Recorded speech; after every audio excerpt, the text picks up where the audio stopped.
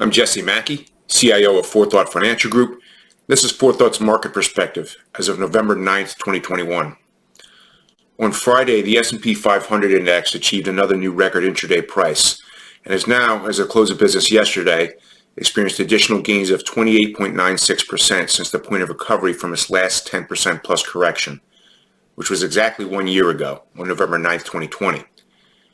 Across all asset types, U.S. stocks, including large, mid, and small cap, and global private equity, are the best performers year to date, while U.S. aggregate bonds show the worst performance. Most stock types, with the exception of emerging markets, continue to outperform bonds by a wide margin so far this year.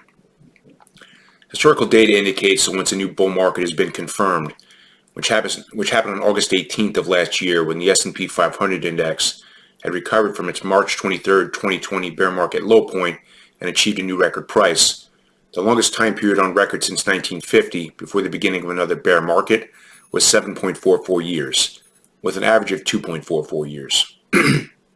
Only 1.23 years have elapsed from the point of bull confirmation in this instance so far. There's usually been at least one 10% plus correction, but often several, between most bear markets in history. The average time between the end of one correction or bear market and the start of another is a little over 1 year. The first correction in the current bull market was completed 1.13 years ago on September 24th, 2020. We like to refer to the combination of a correction and its corresponding recovery, which was registered on November 9th of last year, as a wolf market. Our data set also tells us that about 55% of wolf markets, like the last one we experienced, have been followed by a period that exhibits trailing one-year returns at 30% or greater without a 10% plus correction, something we refer to as an eagle market. The first eagle market subset of the current bull market was quantitatively confirmed on March 1st and has continued since then. Once an eagle market like the current one has been indicated, it continues for an average of an additional 5.35 months. This instance has so far continued for 8.43 months, so it puts it above the average duration. Eagles may be followed by any of the other three market types, including a flattening of growth rates to return to a standard bull market or an immediate reversion into a wolf or bear market. Given that stocks may still be relatively early in the traditionally defined bull portion of the market cycle by historical standards, an immediate bear market, although certainly possible, appears the least likely of the various scenarios, while a 10% plus correction is becoming increasingly likely in the short to intermediate term.